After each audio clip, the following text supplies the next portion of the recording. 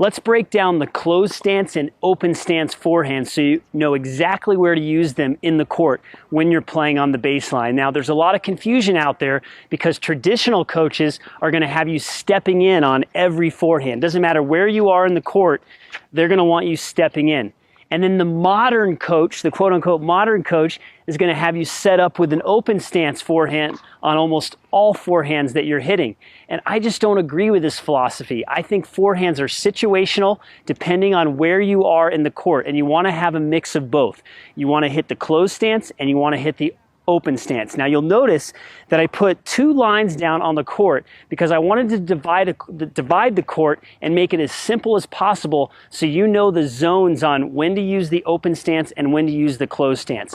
Let's first start with the closed stance, or what I would call stepping into the forehand.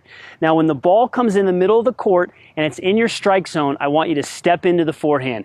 It comes to you and you're on your front foot. I'll do that again. It comes to you and you're on your front foot. You don't want to come up to this ball and be open stance.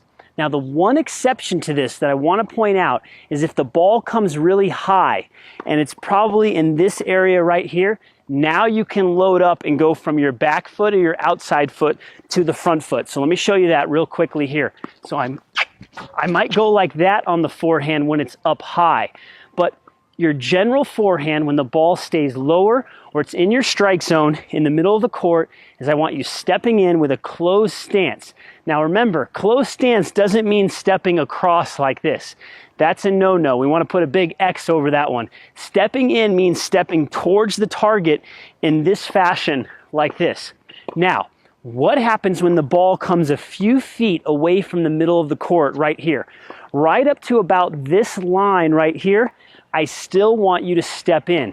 Remember, come over to the ball and step in like this. Now the difference is now you've got to square up at the end so that you'll be facing the net. You don't want to move across the court, step in, and then hold it like you might when the ball's in the exact middle of the court when you finish like this. So when the ball comes towards this line, get out here, step in, and then bring this leg around and get in a wide base. But the cool thing there is you are getting into that closed stance, stepping into the ball.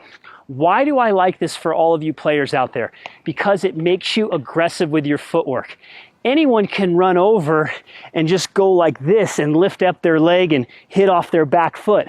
But I want the player to be very diligent and aggressive with their footwork. Get over there, step in, and swing this leg around. And that's going to give you more force behind your shot. It's going to help you penetrate the court. Let me show you this again right now.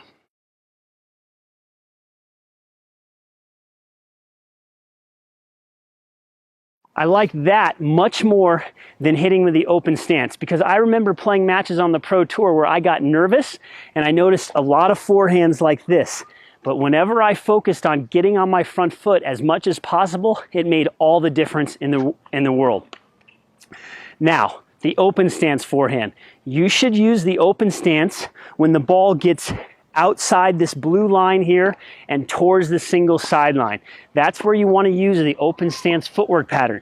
So when you come out of your split, you should be able to make a big crossover step, load this leg here. Now you're outside that line we talked about, and you're going to hit the forehand and shuffle across like this. That's the magic of the open stance. So really, you're only going to use your open stance forehand when the ball is in this third of the court towards the single sideline. The other time, as I mentioned, is when the ball's in the middle and it's high and you want to load this leg and you'll be on your outside foot and you'll be hitting off of that outside foot, transferring to the front foot. So let me give you the open stance right now.